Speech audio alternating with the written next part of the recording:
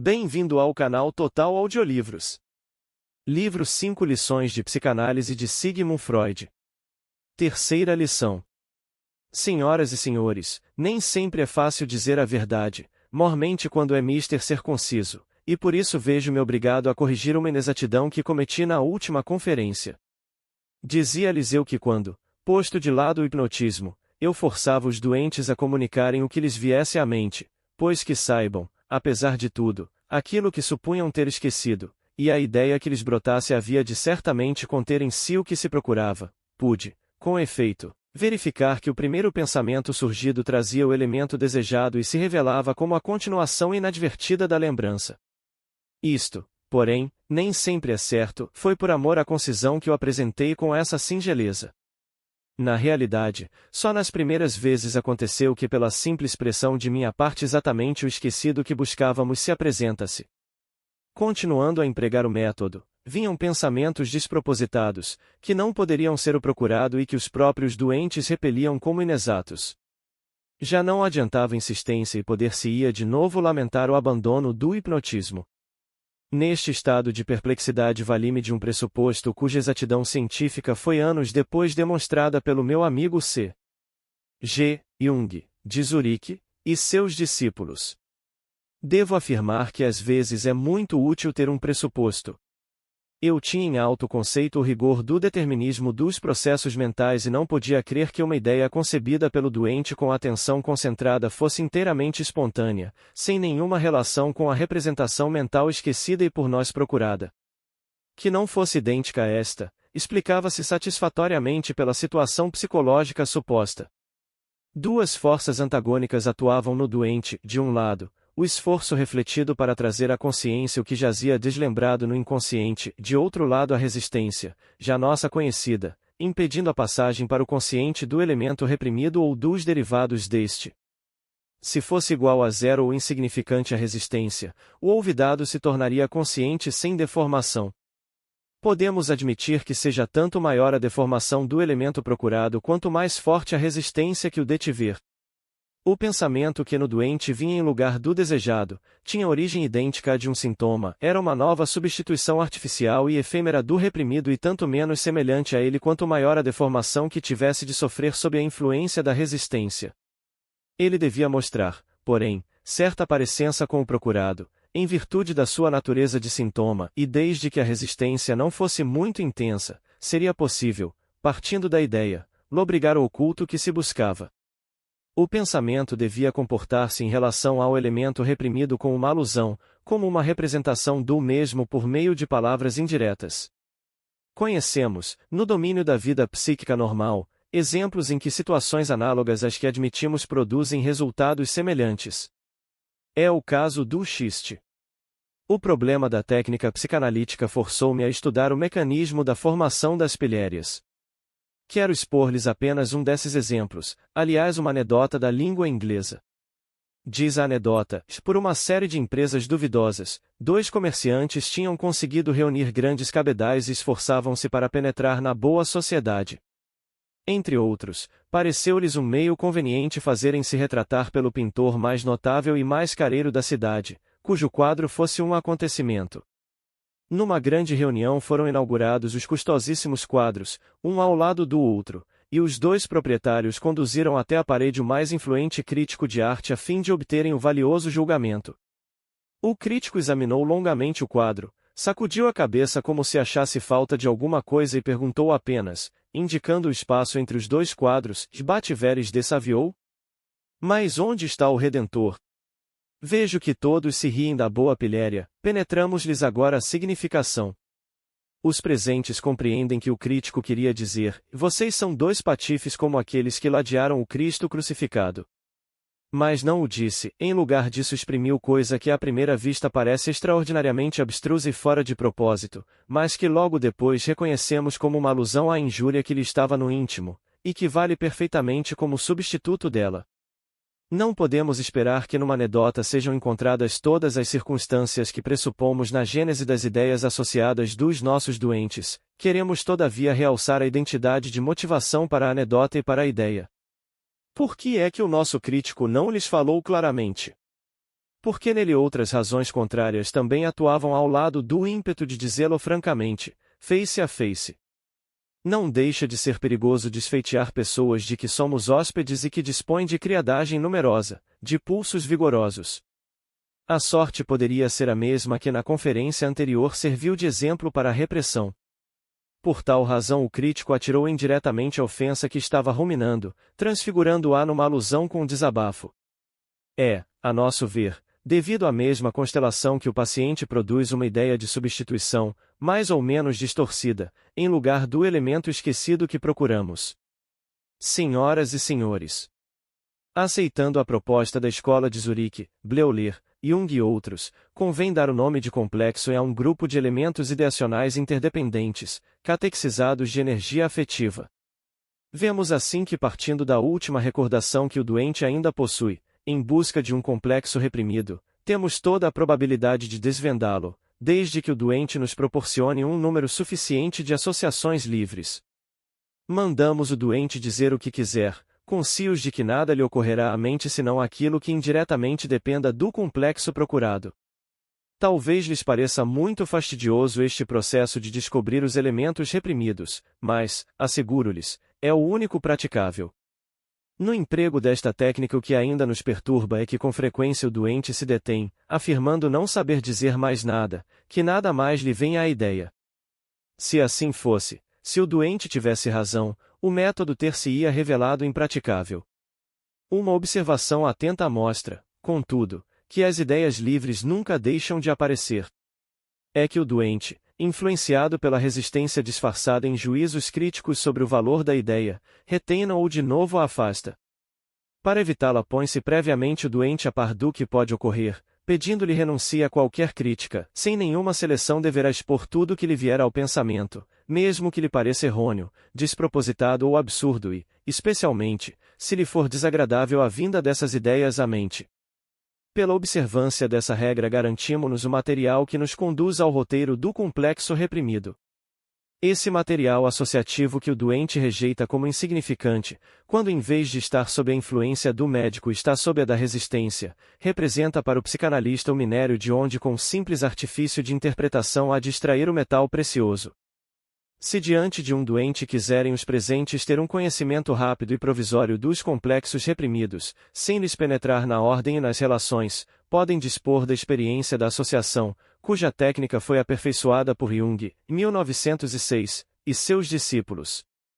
Para o psicanalista este método é tão precioso quanto para o químico a análise qualitativa, prescindível na terapêutica dos neuróticos, é indispensável para a demonstração objetiva dos complexos e para o estudo das psicoses, com tanto êxito empreendido pela Escola de Zurique. Não é o estudo das divagações, quando o doente se sujeita a regras psicanalíticas, o único recurso técnico para a sondagem do inconsciente. Ao mesmo escopo servem dois outros processos, a interpretação de sonhos e o estudo dos lapsos e atos casuais. Confesso-lhes, prezados ouvintes, que estive longo tempo indeciso sobre se, em lugar desta rápida vista geral sobre todo o domínio da psicanálise, não seria preferível expor-lhes minuciosamente a interpretação de sonhos. Motivo puramente subjetivo e aparentemente secundário me deteve. Pareceu-me quase escandaloso apresentar-me neste país de orientação prática, como onerócrita, antes de mostrar-lhes qual a importância a que pode aspirar esta velha e ridicularizada arte. A interpretação de sonhos é na realidade a estrada real para o conhecimento do inconsciente, a base mais segura da psicanálise.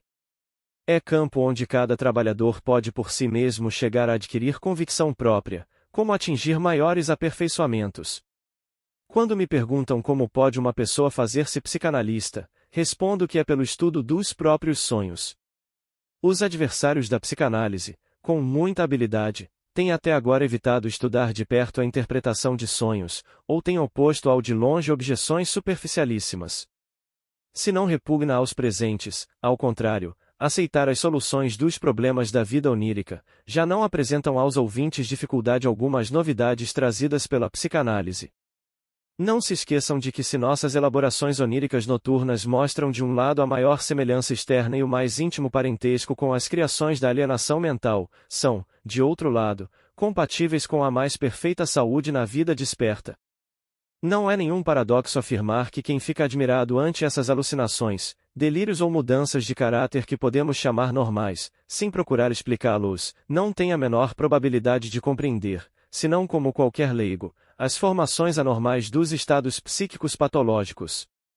E entre esses leigos os ouvintes podem contar atualmente, sem receio, quase todos os psiquiatras. Acompanhem-me agora numa rápida excursão pelo campo dos problemas do sonho. Quando acordados, costumamos tratar os sonhos com o mesmo desdém com que os doentes rejeitam as ideias soltas despertadas pelo psicanalista. Desprezamo-los, olvidando-os em geral rápida e completamente. O nosso descaso funda-se no caráter exótico apresentado mesmo pelos sonhos que possuem clareza e nexo, e sobre a evidente absurdez e insensatez dos demais, nossa repulsa explica-se pelas tendências imorais e menos pudicas que se patenteiam em muitos deles. É de todos sabido que a antiguidade não compartilhou tal desapreço para com os sonhos. As camadas baixas do nosso povo, mesmo hoje, não estão totalmente desnorteadas na apreciação do valor dos sonhos, dos quais esperam, como os antigos, a revelação do futuro. Confesso-lhes que não tenho necessidade de nenhuma hipótese mística para preencher as falhas de nossos conhecimentos atuais e por isso nunca pude descobrir nada que confirmasse a natureza profética dos sonhos. Coisa muito diferente disso, embora assaz maravilhosa, se pode dizer a respeito deles. Em primeiro lugar, nem todos os sonhos são estranhos, incompreensíveis e confusos para a pessoa que sonhou. Examinando os sonhos de criancinhas, desde 1 ano e meio de idade, verificarão que eles são extremamente simples e de fácil explicação. A criancinha sonha sempre com a realização de desejos que o dia anterior lhe trouxe e que ela não satisfez. Não há necessidade de arte divinatória para encontrar solução tão simples, basta saber o que se passou com a criança na véspera, dia do sonho.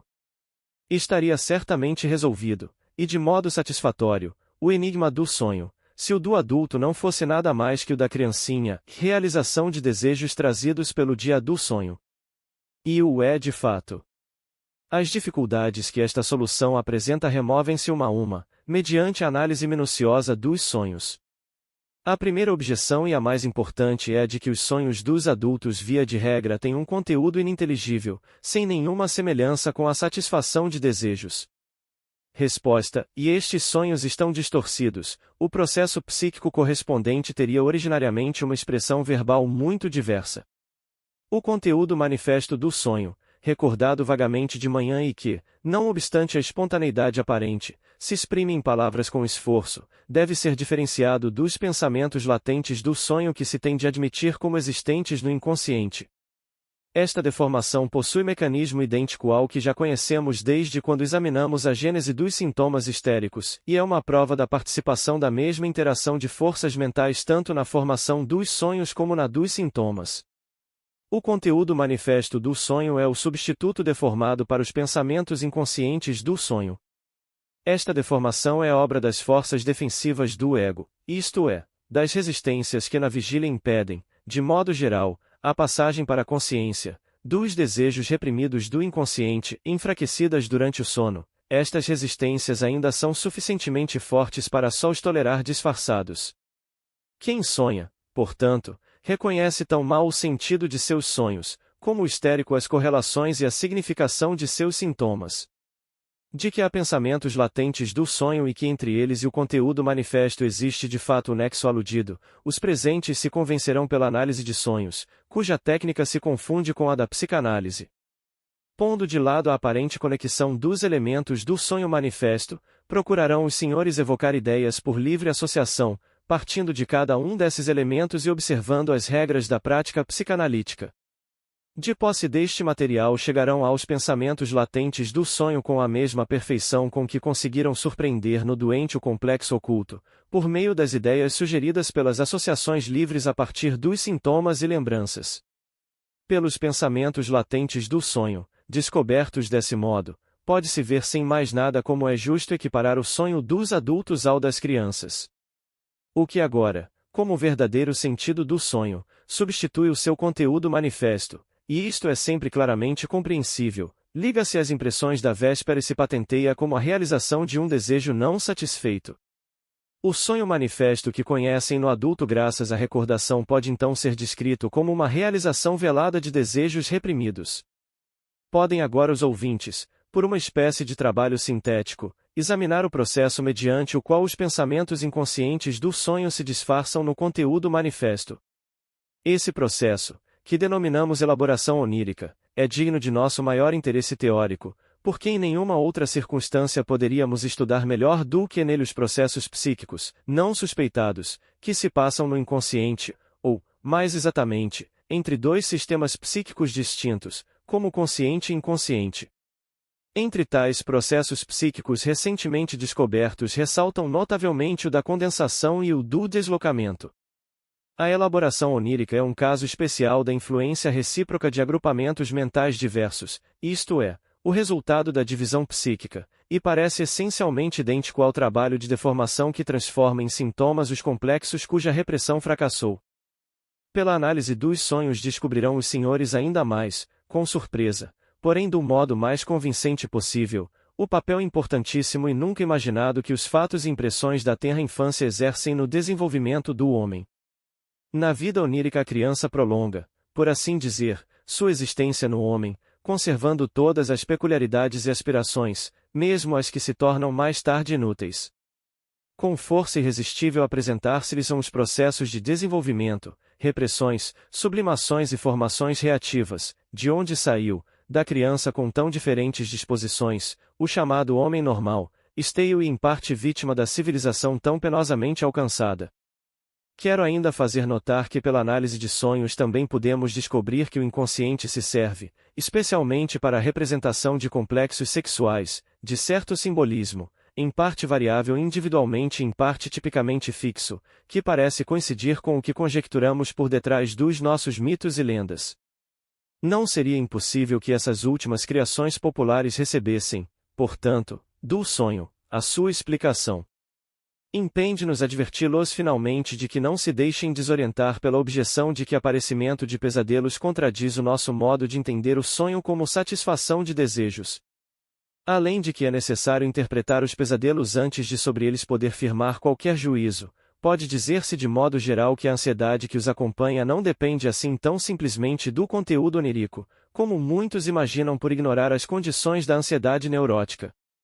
A ansiedade é uma das reações do ego contra desejos reprimidos violentos, e daí perfeitamente explicável a presença dela no sonho, quando a elaboração deste se pôs excessivamente a serviço da satisfação daqueles desejos reprimidos.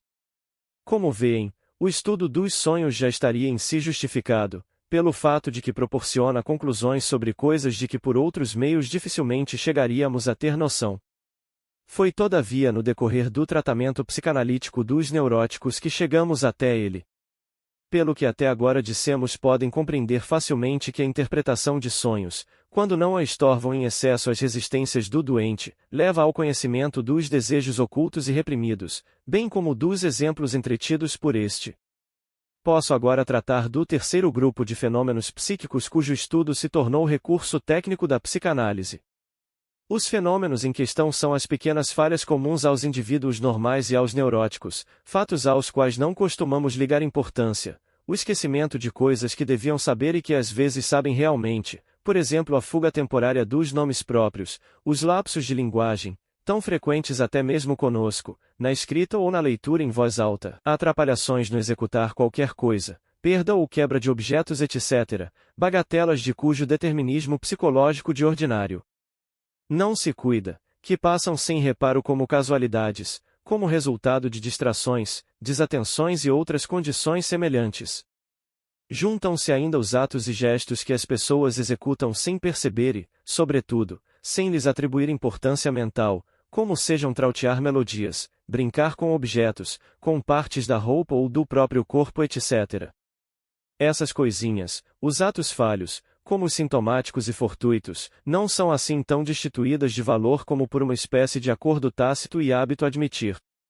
São extraordinariamente significativas e quase sempre de interpretação fácil e segura. Tendo-se em vista a situação em que ocorrem, verifica-se que mais uma vez exprimem impulsos e intenções que devem ficar ocultos à própria consciência, ou emanam justamente dos desejos reprimidos e dos complexos que, como já sabemos, são criadores dos sintomas e formadores dos sonhos.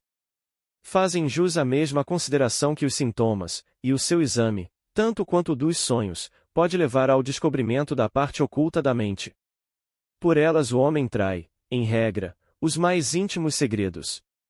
Se produzem com grande facilidade e frequência, até em indivíduos normais, cujos desejos inconscientes estão reprimidos de modo eficaz, isso se explica pela futilidade e inverossimilhança das mesmas. São, porém, do mais alto valor teórico, testemunham a existência da repressão e da substituição mesmo na saúde perfeita. Notarão desde logo que o psicanalista se distingue pela rigorosa fé no determinismo da vida mental. Para ele não existe nada insignificante, arbitrário ou casual nas manifestações psíquicas. Antevê um motivo suficiente em toda parte onde habitualmente ninguém pensa nisso, está até disposto a aceitar causas múltiplas para o mesmo efeito, enquanto nossa necessidade causal, que supomos inata, se satisfaz plenamente com uma única causa psíquica. Se os ouvintes reunirem os meios que estão ao nosso alcance para descobrimento do que na vida mental jaz escondido, deslembrado e reprimido, o estudo das ideias livremente associadas pelos pacientes, seus sonhos, falhas e ações sintomáticas, se ainda juntarem a tudo isso o exame de outros fenômenos surgidos no decurso do tratamento psicanalítico e a respeito dos quais farei algumas observações quando tratar da transferência, chegarão comigo à conclusão de que a nossa técnica já é suficientemente capaz de realizar aquilo que se propôs, conduzir à consciência o material psíquico patogênico, dando fim desse modo aos padecimentos ocasionados pela produção dos sintomas de substituição. O fato de enriquecermos e aprofundarmos durante o tratamento os nossos conhecimentos sobre a vida mental, dos sãos e dos doentes, deve ser considerado apenas como estímulo especial a este trabalho e uma de suas vantagens. Não sei se ficaram com a impressão de que a técnica, através de cujo arsenal os conduzi, apresenta dificuldades especiais. Para mim, ela amolda-se perfeitamente aos seus fins. Mas não é menos certo também que não constitui prenda inata, tem de ser aprendida, como a histológica ou a cirúrgica. Talvez se espantem em saber que na Europa ouvi uma série de juízos relativos à psicanálise expendidos por pessoas jejunas a respeito desta técnica, que elas não exercitam, as quais pessoas ainda por ironia nos exigem lhes demonstremos a exatidão de nossos resultados. No meio de tais opositores encontram-se sem dúvida homens familiarizados com o raciocínio científico em outras matérias, incapazes de contestar, por exemplo, o resultado de um exame microscópico, só porque não o podem confirmar pela inspeção do preparado anatômico com a vista desarmada, e que não emitiriam parecer algum antes de minuciosa observação ao microscópio. Mas no tocante à psicanálise as circunstâncias são realmente desfavoráveis a um imediato assentimento. Quer a psicanálise tornar conscientemente reconhecido aquilo que está reprimido na vida mental, e todo aquele que a julga é homem com as mesmas repressões, mantidas talvez à custa de penosos sacrifícios. Neles devem levantar-se, pois, as mesmas resistências, como nos doentes, e estas se revestem facilmente das roupagens da impugnação intelectual, suscitando argumentos semelhantes aos que desfazemos nos doentes com a regra psicanalítica fundamental. Como nos doentes, podemos reconhecer em nossos adversários notável influxo afetivo na faculdade de julgamento, com prejuízo desta. O orgulho da consciência que chega, por exemplo, a desprezar os sonhos pertence ao forte aparelhamento disposto em nós de modo geral contra a invasão dos complexos inconscientes. Esta é a razão por que tão dificultoso é como vencer os homens da realidade do inconsciente e dar-lhes a conhecer qualquer novidade em contradição com seu conhecimento consciente. Obrigado por visitar o canal Total Audiolivros.